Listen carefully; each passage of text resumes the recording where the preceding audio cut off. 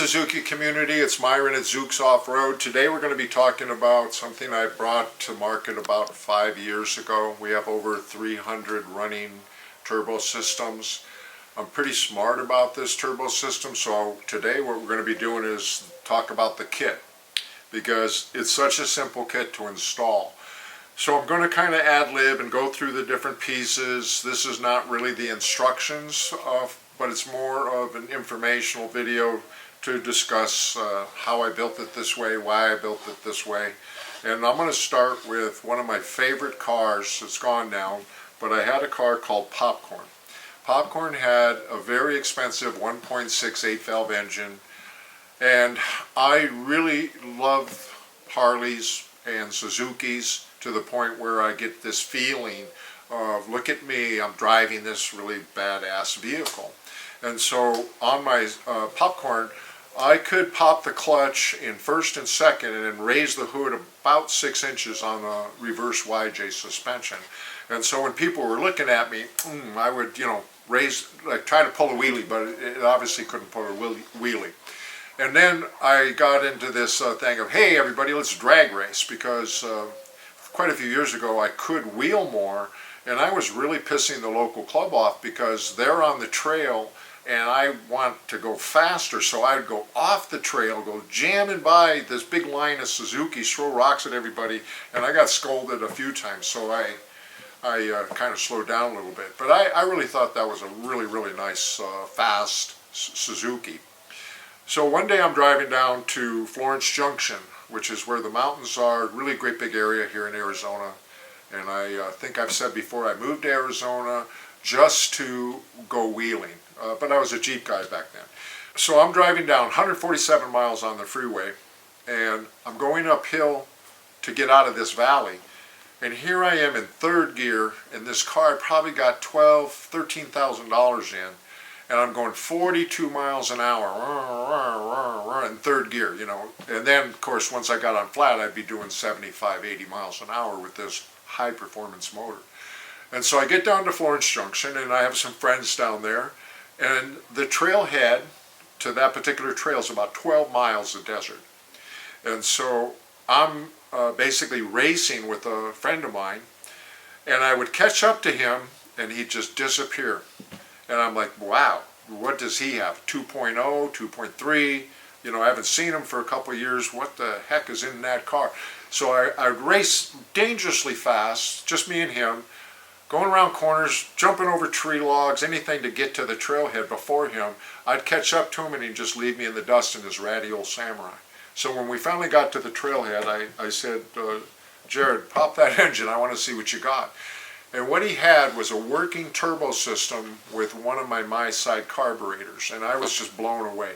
It looked like it was made in a garage by a one-handed mechanic, and so it really was ugly to the max, but it worked. It beat my Popcorn car, and I was just like, okay, we need to get together, and I want to see, because I remembered then that I'd been helping him for about 6 months with some questions about how to turbo, what to do to the carb, things like that. Because I tried to make a turbo system before, and if you go way back to 2005, I told people in one of the biggest off-road communities called Suzuki Crawlers with the K, out of Texas.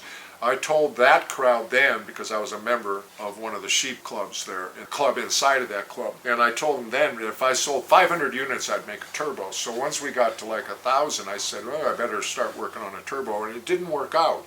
I was working with a company called Majestic Turbo out of Texas that turboed Harleys, and then I worked, and I got a little information from them, but it never went anywhere. And then I started working with this fella out of New York that was a turbo expert, and after donating a lot of parts and stuff, that never went anywhere. So I did try, but once I saw that Jared had a working system, I went really crazy into it. So they came out, and I say they because Adam Wen now is Wen Designs. They make buggy chassis. You'll see them on my website. And we have big plans for doing buggies here in the future with the different engines and whatnot. That's where I want to go. And I've been inventing some things to make that happen, like the hybrid axles pretty soon I'll be making the My Alex 4-stick T case out of billet aluminum, and it's an 8-to-1 case. His turbo worked. Him and Adam came up here, put a turbo on popcorn, and I never had so much fun. The car's unbelievably fast, great torque, wonderful, wonderful system. So we put together a kit, we started selling them. We ran into some issues with some people with worn out motors, some people wrong timing, some people, but so we learned a lot. That's what I'm trying to tell you.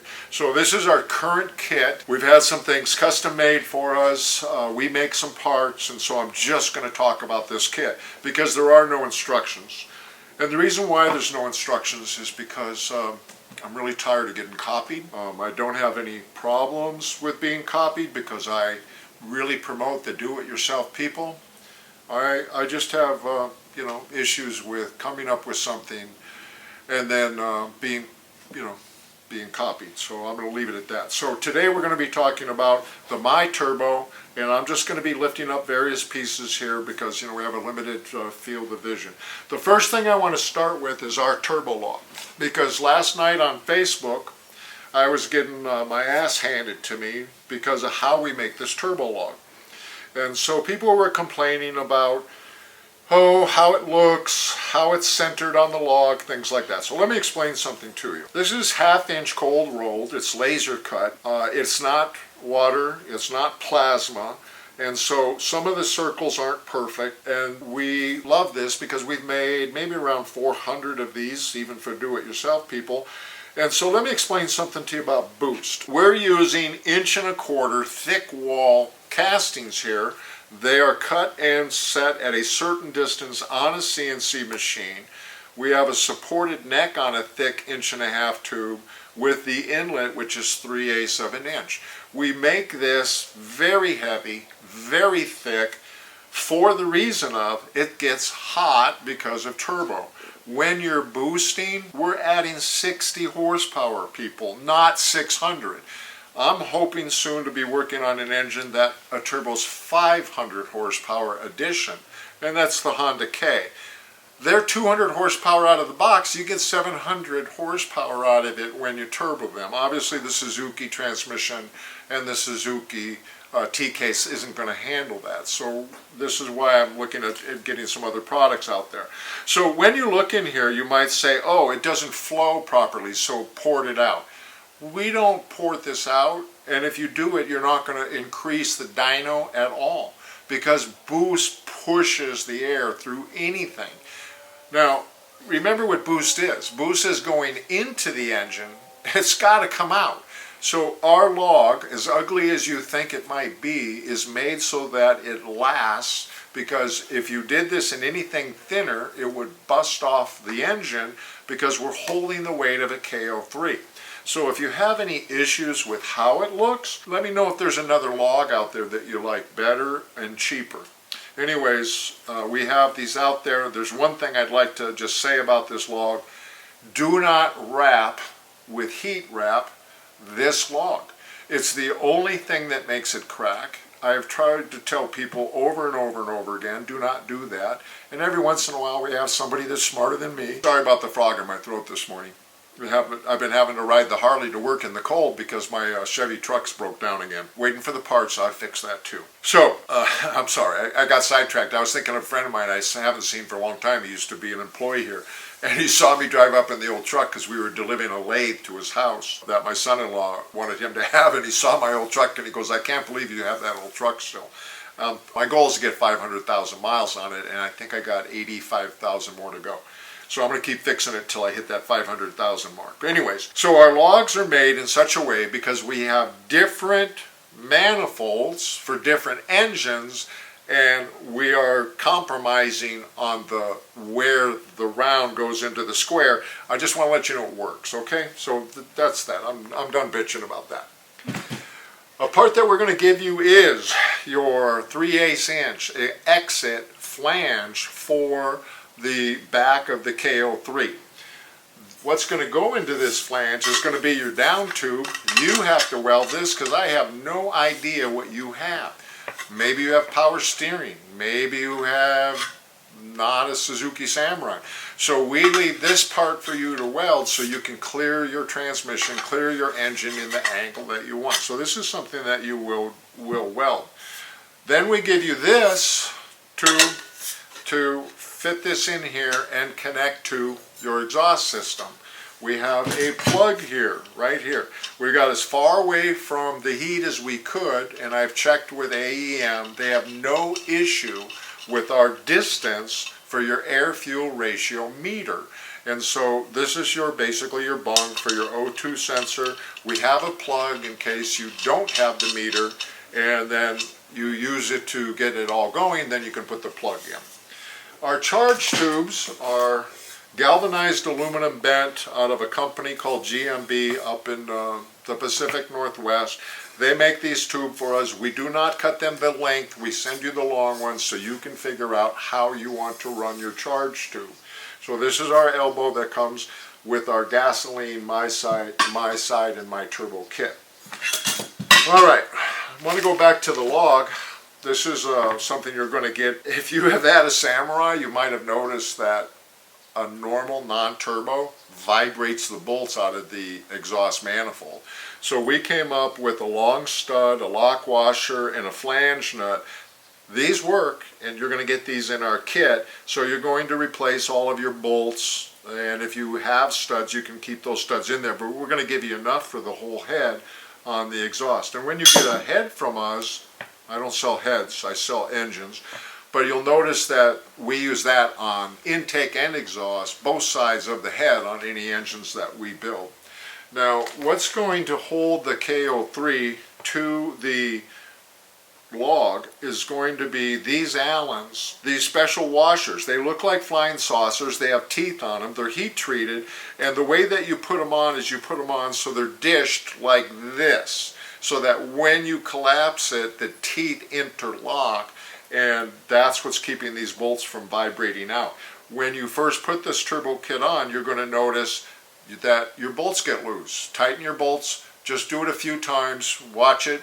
And I've had people call me and go, man, I just went 10 miles and I'm missing a bolt. Okay, we'll send you another bolt, but what you want to do is your short testing while you're getting the turbo tuned in, and I'll talk more about that later, and then just check all your bolts, okay? If it gets really, really bad for you, you can hit these with a grinder and put some wire in them, you know, military wrap.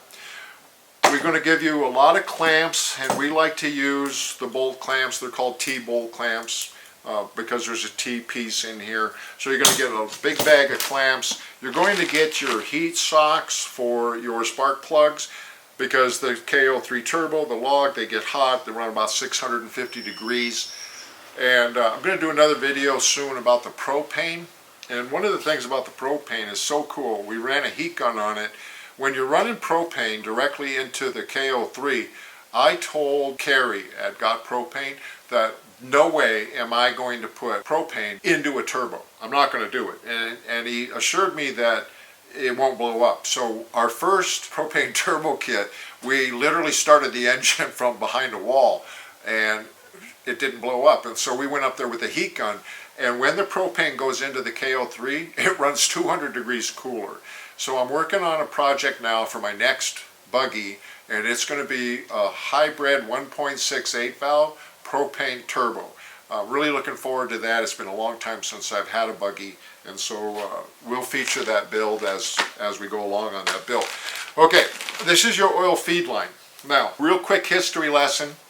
Some of you may not know this, but most of the Japanese fittings for their Japanese engines across the board have a British pipe thread. It's a 1/8 inch BPT. America uses NPT.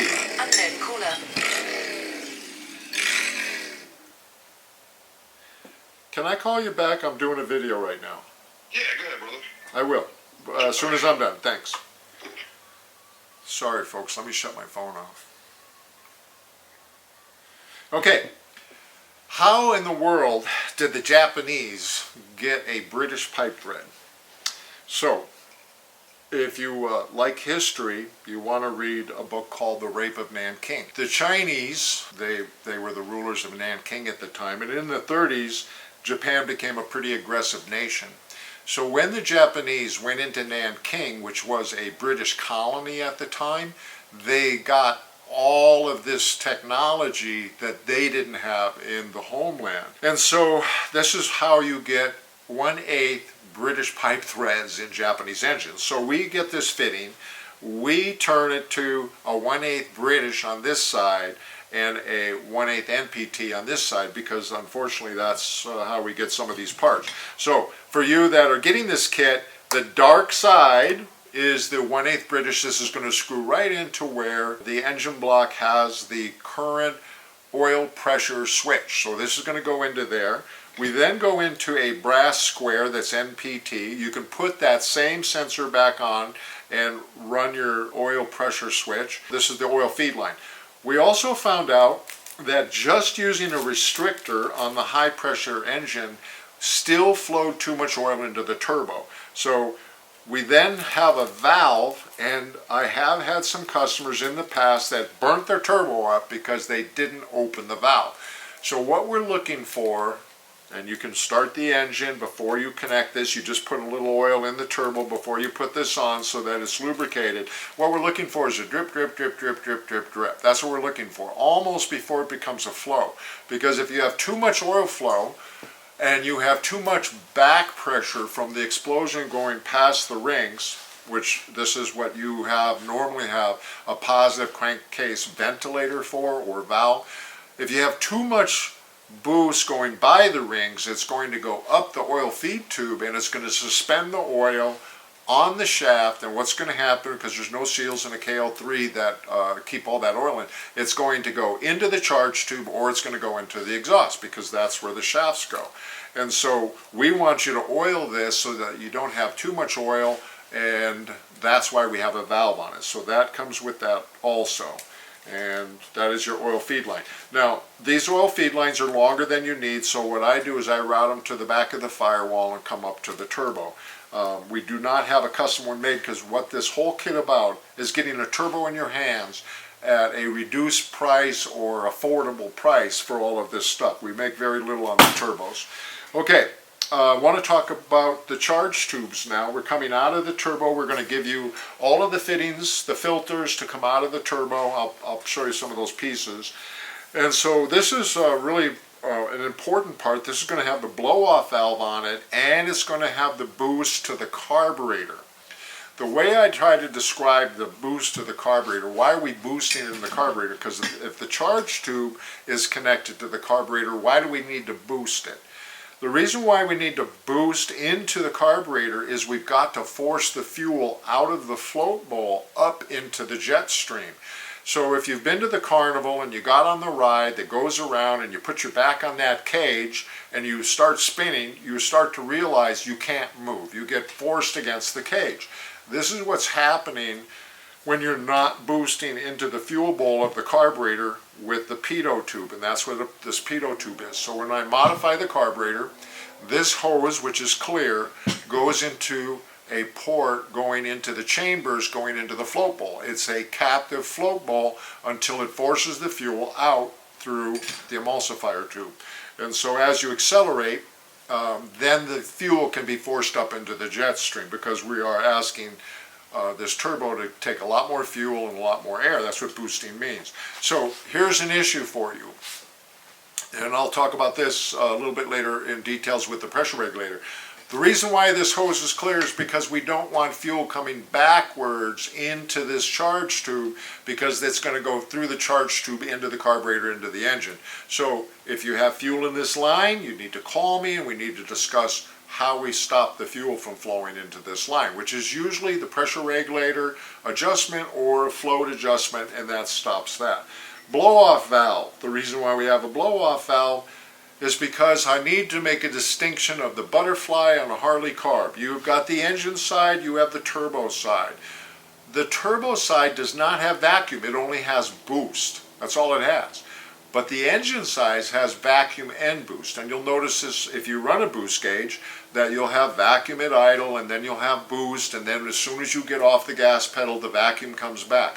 Well, what we have in the charge tube here is we have a blow-off valve, which means that it's going to open by vacuum, the pressure, the boost is going to blow out of here, because if it didn't, you could have a runaway engine. The boost going through the engine, keep it going at high RPM. You could shut it off with hot spark plugs and it just could keep running until it blows up. So on propane, no blow off valve. Why? Because we're not going to be shooting propane and compressed air into a hot engine compartment. Nice way to remove the hood from your Samurai. So propane, no blow off valve. Gas comes with a blow off valve, and we'll talk to you about where that connects to when you call me for instructions. Now, on the charge tube, you're going to get some silicone fittings. The problem that I've had with a few customers is they leave the shop, they get about a half hour away, they go, oh man, the turbo stopped working, it's just not going anywhere. And I'm like, okay, pop the hood. What happened? Oh, the rubber blew off, so I got to put the rubber back on and reconnect it. Well, we stopped that problem because we're going to send you this 3M sticky tape sandpaper. So when you get your pipes all fit up, you're going to peel off the back, you're going to make a circle, you're going to cut off the excess with the scissors, and now when you put your coupler on, your silicone coupler, with your T-clamp, it ain't going to spin anymore. Because I can show you what I mean. I just put this guy on, it's dry, it's not lubricated, holding the silicone and spinning the pipe. Can't do that with the sandpaper, so that's what that's for. We're going to provide for you with a little boot like this to fit the normal 2-inch elbow, I'll show you this, coming out of the KO3. So the KO3 has a small neck. On our first turbos, we were running really small filters. They worked, but, well, let me put it to you this way. I reserve the right to improve anything that I want to improve on my products, and so I have never stopped tinkering and making things better. Our Super Cradle, for instance, is now the heaviest and most reinforced it's ever been, because I got tired of, warranting them after 10, 12 years because they broke, so I just make them better. And same with the turbo. So this little piece of rubber that you're going to get is going to go on the neck of the inlet, and then it's going to fit this 2-inch tube coming out, and then it's going to have a little 2-inch tube in here, and then it's going to go to this 2 to 3 so that you can put the air filter, and I'm not going to close that, and then you put this little piece in here, and you start to see what we're doing here. We got to give you something to clamp on. And so this is going to be your air filter inlet system with all of the clamps and all of the pieces. Now, to do what we need to do with boost, we have to have a very special regulator. So we have this regulator made for us here in America, and it has the Army-Navy fittings. It has got a gauge that goes with it. Here it is. Show you the little gauge real quick. This is a little gauge that's worked really well for us. It shows a maximum of 15, but basically, so you know, we need to be under 2 pounds of pressure before boost so that the idle doesn't puke the fuel out. And then when it's working properly, when you're boosting, it goes to 9 psi. And so we have the little, it screws right in here like this so that you can have that. Now, here's your adjuster for the pressure regulator so that you can adjust that to be under 2 pounds. This is going to be the air ring, which I'm not showing on this because it's on all of the My Side 1 kits. There's a hose that connects at the 7 o'clock port so that the boost controlled regulator works. Army-Navy fittings on both sides, and this is a special fitting. It's Army-Navy threads, but it's a 3/8 barb. Now the reason why we're doing the 3/8 barb there is because our big return line is like 10 feet long, so let me explain that to you. We give you the clamps to clamp it onto all of the different things, but here is a brass T. Now, when you fill up your gas, it goes in a great big hose. And if you want to see what I'm talking about, take the shield out of the passenger rear corner, right in the corner, take that out, and you can see the big filler neck. Well, right alongside the filler neck is the vent line. And then there's a rubber boot in the floor. So what you're going to do is cut the vent line, which goes to the tank, and put in this 3/8 inch barb fitting so that you can flow the fuel through the regulator back to the tank, because you're only going to use 1% of what that pump puts out. And it's a big line, 3/8 inch, because the small lines are too restrictive and it makes the pressure shoot so high, gas is just going to squirt out of the carburetor. Now the trick about the brass T here is it must be under the floor. So if you have to remove the boot, there's room to get in there. You know, I don't have big hands, so it's easy for me. I have some guys here that have got like, you know, bear paws, and they have to ask me to come and do that. But the brass T goes into the vent line so that the fuel can flow back in the tank without restriction. If you have a locking gas cap, that's going to cause a problem. And so the Samurai normal gas caps vent.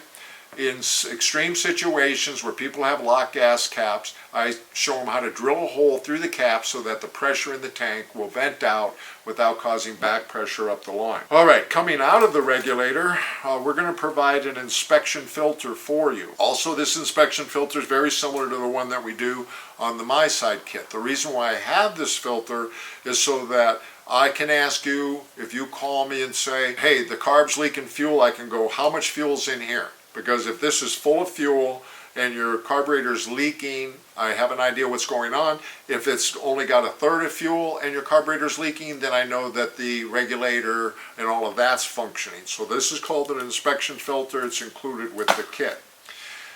We have a fuel block-off plate. We have an EGR block-off plate. We give you the exhaust manifold, and we give you the drain. Now, I do want to explain something to you. It's very difficult to find parts for a KO3. We use a KO3 because it has very, very low lag time, and so we have got to adapt parts from T4s into KO3s. And so we're going to get you the oil drain for the turbo. We're going to get you the Army Navy fitting. We're going to get you various fittings for the hose. Here's your drain hose coming off the back. Notice how large it is again. We moved to an AN10, and that means Army Navy if you didn't know. And then we're going to give you this part. This is a 1/4 NPT, National Pipe Thread. You're going to drill a hole in the oil pan. If you need a picture of that, when you drill the hole, just let me know. We'll text you a picture. This is going to get welded into your oil pan, and then I have tapped these fittings on my lathe to give you the AN10 onto a 1/4 NPT. It didn't exist. We make a lot of these parts to make this kit work for you. We've got 2 pieces, and they will be in various colors. This is a 12 millimeter by 1.5 pitch thread in the top of a KO3 converted to an Army Navy 4. And then we do this Army Navy 4 elbow, and it's going to go right into the oil feed line. So as I was saying, if you would just get this to drip, drip, drip, drip, drip before you connect it, then you know that you're not putting too much oil into your turbo, into your turbo chamber. Okay, we're going really well here. So let me talk about this guy, because this is kind of cool. I made these fittings for something called the MiFi back in 2004, and what it was a Bosch fuel injection system. I sold about 95 of them. They would take about 20 hours of tech support, and so I was getting a little disappointed with that when I was shown how to use a Harley-Davidson carburetor on a Suzuki engine, and I started going that route simply because they were less expensive, easier to maintain, and I didn't have to spend 20 hours on the phone with people and emails and showing them how to adjust 3 screws. So I made these special fittings that fit on the metal elbow coming out of a gas tank. So if you look at your Samurai, right in the front of it, of the gas tank at the top, there's a metal elbow.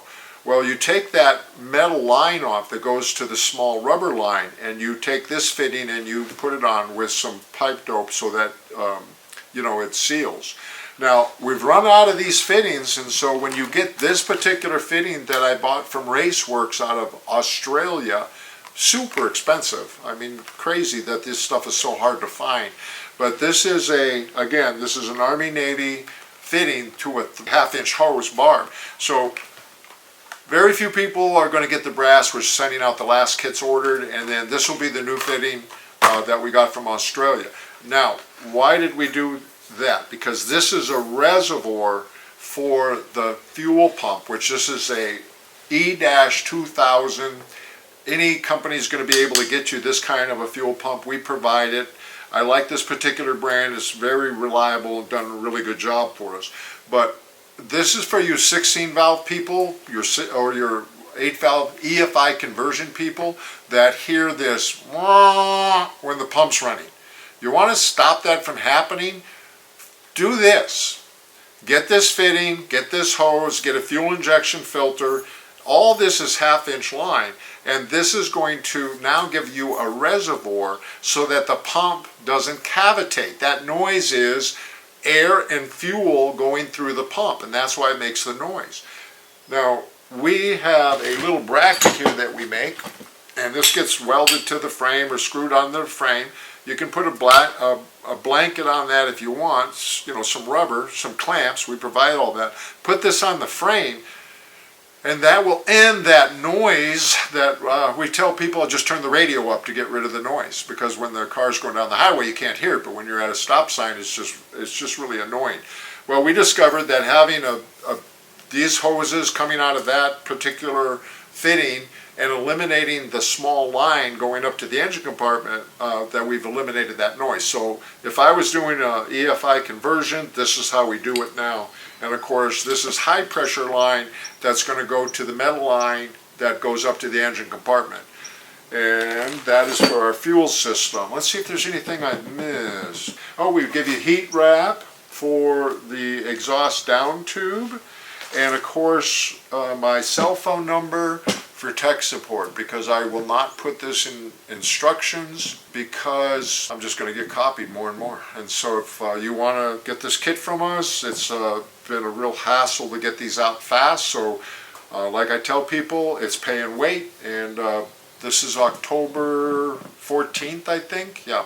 So the 3 orders that we have now are going to get shipped by the end of the month, according to my daughter, who's in charge. A lot of you know Sharon. Those 3 orders are going to get shipped by the end of the month, and then we'll be able to get some kits out in November. Anyways, thank you very much. Again, I'd like to just kind of say, please hit the notification button. It's helping with the algorithm. I'd like more subscribers, and I'm really hoping, because you'll see the link in this description for the free giveaway. We're around 210, 40 more comments. Any comment, I don't care what it is, we're going to spin a raffle wheel and we're going to figure out who won that first cradle, and then we're going to see another 250 and give away another cradle. I plan on doing this for as long as I own Zuk's Off-Road. So again, go wheeling, be safe, and make sure you get your kids involved in off-roading, because they're the future of our sport. Thank you very much for watching my videos. It's been a pleasure serving the Suzuki community, and again, worldwide. So I want to say hello to Poland because they said hello to me, and I want to say hello to Germany because they said hello to me on one of the videos. Thank you very much for watching and supporting Zuk's Off-Road. It's been a real pleasure serving the community. Bye.